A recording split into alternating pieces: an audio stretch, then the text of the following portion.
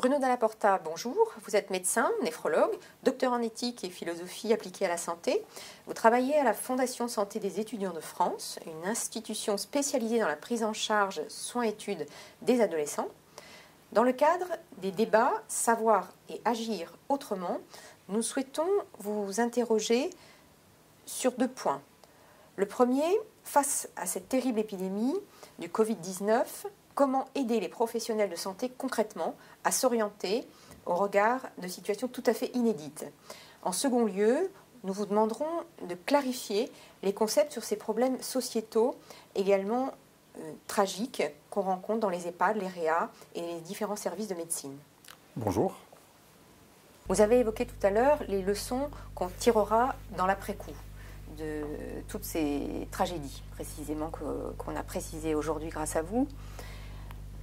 Qu'en sera-t-il des réparations psychiques, physiques, civilisationnelles, symboliques, d'après vous? Alors, je ne vais pas répondre directement, je n'ai pas la réponse tout de suite. Par contre, je vais vous faire un autre commentaire. Je pense qu'il y a un véritable problème écologique dont tout le monde est conscient. Il y a une menace terrible et notre terre est en train d'être bouffée par le capitalisme, si bien qu'en 2050, si on ne fait rien, on sait très bien que la planète est foutue. Donc, il arrive aujourd'hui un événement incroyable, inédit, et c'est une grande chance. Bien sûr, c'est extrêmement triste qu'il y ait des morts, qu'il y ait du chagrin, qu'il y ait de la tristesse, qu'il y ait des deuils, qu'il y ait du terrible, c'est extrêmement triste. Mais par ailleurs, c'est une chance incroyable. Et là, ça rejoint la médecine et ça rejoint le soin. Et je vais préciser ma pensée. On avait une chaîne linéaire économique dont on disait qu'il était impossible de l'arrêter. Il y avait un ordre établi, il y avait une nécessité, il y avait une logique consumériste, technique, dont on disait qu'il était impossible de l'arrêter. Or, on s'est aperçu que l'impossible était possible. Et quand on regarde ce qui s'est passé, qu'est-ce qui a arrêté cette chaîne linéaire? Qu'est-ce qui a fait dérailler le train? Eh bien, en fait, c'est la vulnérabilité. C'est la vulnérabilité du corps. C'est parce que nous avons eu des proches qui pouvaient être malades que nous avons fait tout ça. C'est parce qu'il y avait des vies à sauver que nous avons fait tout ça. Donc, ce qui est très intéressant, c'est que ça rejoint la médecine. Que pensez-vous des valeurs qui ont été mobilisées? Oui, c'est une bonne question.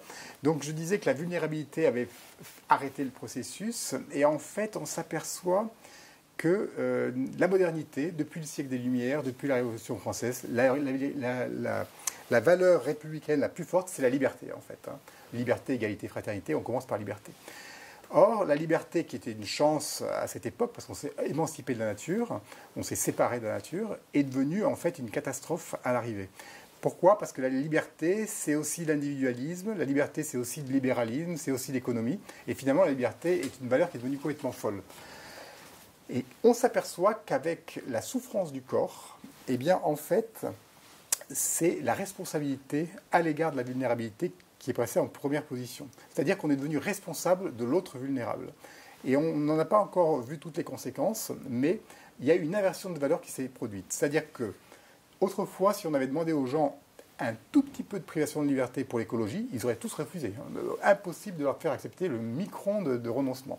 Or là, c'est incroyable, ils ont accepté de renoncer énormément à la liberté pour être responsable face aux vulnérabilités. Donc en fait, on est passé, en termes de valeurs républicaines, de liberté, égalité, fraternité, à responsabilité, égalité, fraternité. Je veux dire que la responsabilité est passée en première. Donc ça, c'est quelque chose d'extrêmement fort.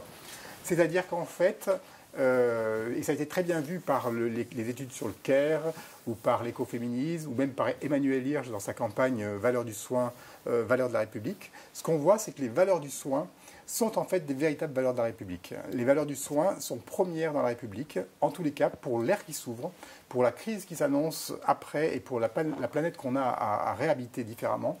Il faudra mettre en premier le soin.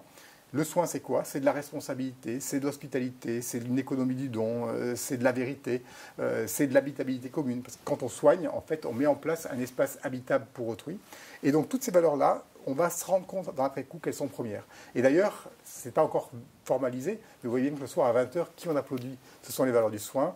Quelles sont les nouvelles stars des plateaux télé? Ce sont les chefs de service qui représentent les valeurs du soin. Donc il y a une inversion qui se produit qui est absolument intéressante.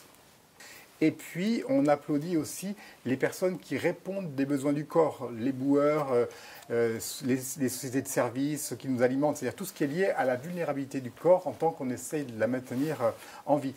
Et ce qui est important aussi, c'est de voir que tous les gros salaires étaient chez eux confinés, alors que tous les petits salaires dévalorisés étaient au labeur dans une prise de risque. C'est-à-dire que ce qui est valorisé ne devrait pas l'être autant, et ce qui est dévalorisé doit l'être beaucoup plus. Je pense aux soignants, aux éboueurs et à tous ceux qui font du care, comme le dirait Joanne Tronto ou Carole Gilligan.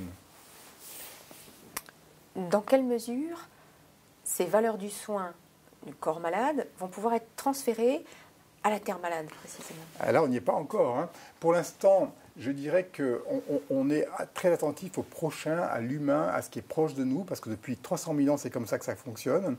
Et il va falloir passer à quelque chose qui est complètement inédit, c'est-à-dire être attentif à la vulnérabilité du vivant, attentif à la fragilité des écosystèmes. Donc là, je dirais que cette crise, c'est très triste, hein, tout ce qui se passe, mais par contre, c'est très joyeux, excusez-moi d'être un peu provocateur, c'est très joyeux de se dire qu'on a peut-être une chance de s'en sortir. Parce qu'on a une fenêtre de tir qui est très courte. On n'a que 10 ans pour tout changer. On est 7 milliards. C'est complètement impossible. Personne n'en était capable. Il y avait comme ça une économie qui avançait. Et là, de façon étonnante, le réel a déstabilisé, a démantelé toute la société. Et phénomène exceptionnel, la moitié de l'humanité vit la même chose. La moitié de l'humanité est confinée et éprouve cette angoisse face à la vulnérabilité. Donc, première chose, c'est une bonne nouvelle, sous réserve bien sûr que c'est inaudible de dire ça aujourd'hui, mais je veux dire, si ce n'était pas ça aujourd'hui, en 2050, ça aurait été quelque chose de bien pire. On aurait été à 50 degrés, plus de bouffe, plus d'eau, la pollution, etc. Donc ça peut être 1000 fois plus fort que ce qu'on a actuellement, hein. Donc la bonne nouvelle, c'est que les corps ont souffert et que la liberté qui était première est passée en seconde position derrière la responsabilité à l'égard de la vulnérabilité. Les valeurs du soin sont en première position. Et deuxième étape, qui va prendre un peu plus de temps, il faudra effectivement que cette affectabilité au vivant, en tant qu'il est vulnérable, soit élargie du prochain au lointain, c'est-à-dire aux espèces, à ce qui va nous succéder, aux générations futures. C'est-à-dire qu'elle soit élargie finalement du visage au paysage. Du visage au paysage.